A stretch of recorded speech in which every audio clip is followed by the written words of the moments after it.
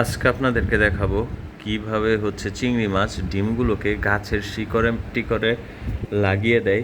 এরপরে এভাবে রেখে দেওয়ার পর কিছুদিন পর এখান থেকে বাচ্চা বের হয় 1-2 দিনের মধ্যে।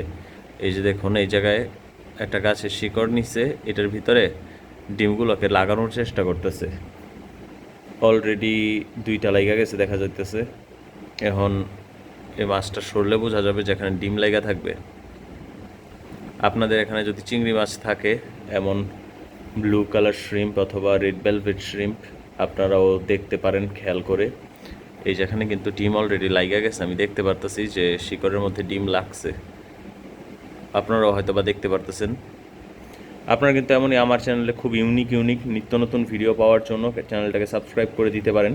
আমি কিন্তু রেগুলারই একদম এই রকমের ভিডিও নিয়ে হাজির হই, যেখানে আমি দেখাই একদম মাছের পুরো কিভাবে তারা বাচ্চা দেয়, কিভাবে ডিম ফুটে, কিভাবে তাদের যত্ন নিব, পুরো A to Z আমি দেখাই। সাথে এখানেও দেখতে পারতেছেন এই শ্রিম্পটা আজকে মাত্র আমি এসে দেখলাম যে এখানে ডিম হয়েছে তার পেটে, সে ডিম নিয়ে ঘুরতেছে।